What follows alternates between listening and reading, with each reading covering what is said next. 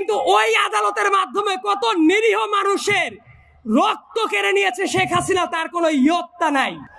শেখ হাসিনা হঠাৎ করে 2024 সালে এসে স্বৈরাচারী হয়ে যায় নাই। 2011 সালে পঞ্চদশ সংশোধনী যেদিন করেছে ওই দিন থেকেই শেখ হাসিনা স্বৈরাচার ছিল। আমি বলি শেখ হাসিনার রেজিমটাকে আমি সবসময় বলি আওয়ামী জাহেলিয়াত।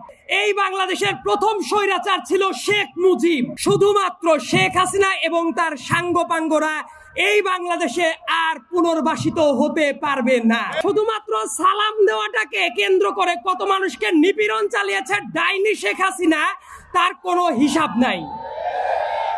আমরা অনেক ক্ষেত্রে শুনি যে ইতিহাসে আইয়ামে জাহেলিয়াত ছিল। আমি বলি শেখ হাসিনার রেজিমটাকে আমি সবসময় বলি আওয়ামী জাহেলিয়াত। এবং এই আওয়ামী জাহেলিয়াতে এমন কোনো মানুষ নাই যারা তার দ্বারা গুম, খুন এবং সর্ব ধরনের মানবাধিকার লঙ্ঘনের শিকার হয় নাই। আজকে মায়ের ডাকের প্রোগ্রাম যখন উন্মুক্ত পরিবেশে হচ্ছে, গত বছরও যদি এইটাই উন্মুক্ত পরিবেশে করার চেষ্টা করা হতো, আমি নিশ্চিত এই জায়গায় দাড়ি টুপিওয়ালা মানুষ যতজন আছেন তাদের অর্ধেককে ধরে নিয়ে যাওয়ার জন্য হাসিনার এজেন্সির লোকগুলো এই জায়গায় বসে থাকতো।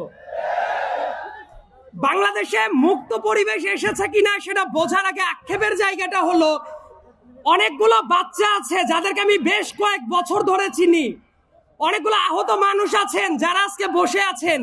এই মানুষগুলোর কান্না কি আমরা মুছে দিতে পারছি কিনা?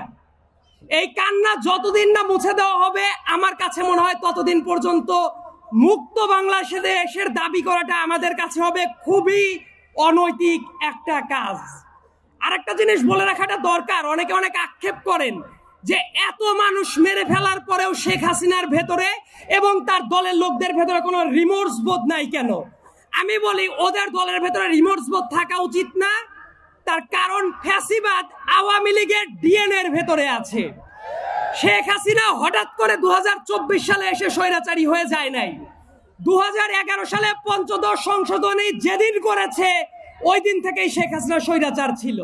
এমনকি শেখ হাসিনা নতুন করে বাংলাদেশে কোনো কিছু করে নাই। এই দেশের তরুণ প্রজন্মকে একটা জিনিস ভুলিয়ে দেওয়া হয়, 72 থেকে শুরু করে 1975 সালের ইতিহাস। এবং খুবই স্পষ্ট ভাষায় বলতে গেলে এই বাংলাদেশের প্রথম স্বৈরাচার ছিল শেখ মুজিব। এই কথাটা বলতে অনেকে দ্বিধান্বিত হয়ে পড়ে এখনো। ভোট চুরি বাংলাদেশে শেখ হাসিনা প্রথম করে নাই। 1973 সালে 7 মার্চের ইলেকশনে ভোট চুরি হয়। গুম, খুন, প্রশাসনিক দৌরাত্ম্য, প্রশাসনিক লুটপাট, এই একটা কাজও শেখ হাসিনার হাত দিয়ে শুরু করা না। প্রত্যেকটা কাজ শেখ মুজিবের হাত দিয়ে শুরু করা এবং এটাকে শিল্পের পর্যায়ে নিয়ে গেছে শেখ হাসিনা। এই যে এত চেতনার কথা বলে, মুক্তিযুদ্ধের চেতনা, অমক চেতনা, তমক চেতনা, মুক্তিযোদ্ধাদের পরে কি শেখ হাসিনা সিম্প্যাথি দেখিয়েছে কখনো?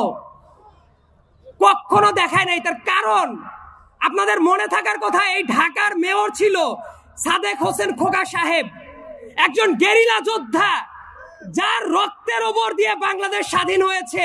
সেই সাদেক হোসেন খোকাকে স্বাধীন বাংলাদেশে এসে মরার সুযোগ দেয় নাই ওই স্বৈরাচারী শেখ হাসিনা। তার আশেপাশে যত মানুষ থাকতো প্রত্যেকটা মানুষ লুটপাটের অংশীদার ছিল। এবং যত ব্যবসায়ী, যত সংবাদ মাধ্যমের যারা কর্মী ছিল, যত আদালত, একটা ব্যাপার নিয়ে কথা বলতে খুবই আক্ষেপ হয়। আমি আইনের ছাত্র, যে মঞ্চে দাঁড়িয়ে আমরা কথা বলছি, আমাদের হাতের বাম সাইডে যে আদালতটা আছে বাংলাদেশের ভেতরে পবিত্রতম জায়গা হিসেবে চিন্তা করা যেত, কিন্তু ওই আদালতের মাধ্যমে কত নিরীহ মানুষের রক্ত কেড়ে নিয়েছে শেখ হাসিনা, তার কোনো ইয়ত্তা নাই। আমার কাছে মনে হয় জার্মানির নাজি পার্টির চেয়েও ভয়ার্ত ভাবে আবির্ভূত হয়েছিল শেখ হাসিনা। এবং সামনের দিনে আমাদের একটা চ্যালেঞ্জ আছে যে জাতিগতভাবে আমরা ঐক্যটা ধরে রাখতে পারি কিনা। তবে এই জায়গায় এসে আমি একটা ব্যাপার সুনিশ্চিত, সামনে বাংলাদেশে এক থাকবেই। এই জায়গায় দাড়ি টুপিওয়ালা মানুষ আছেন, শার্ট প্যান্ট পরা মানুষ আছেন, নারী পুরুষ সবাই আছে, বাংলাদেশের পতাকাটাও আছে। এই ঐক্যটা ধরে রাখা দরকার। সবাই থাকবে এই বাংলাদেশে, সবাই রাজনীতি করতে পারবে। শুধুমাত্র শেখ হাসিনা এবং তার সাঙ্গপাঙ্গরা এই বাংলাদেশে আর পুনর্বাসিত হতে পারবে না। এই ব্যাপারটা নিশ্চিত করা আমাদের অত্যন্ত জরুরি এবং এই ব্যাপারটা নিশ্চিত করা আমাদের সবার পবিত্র আমানত।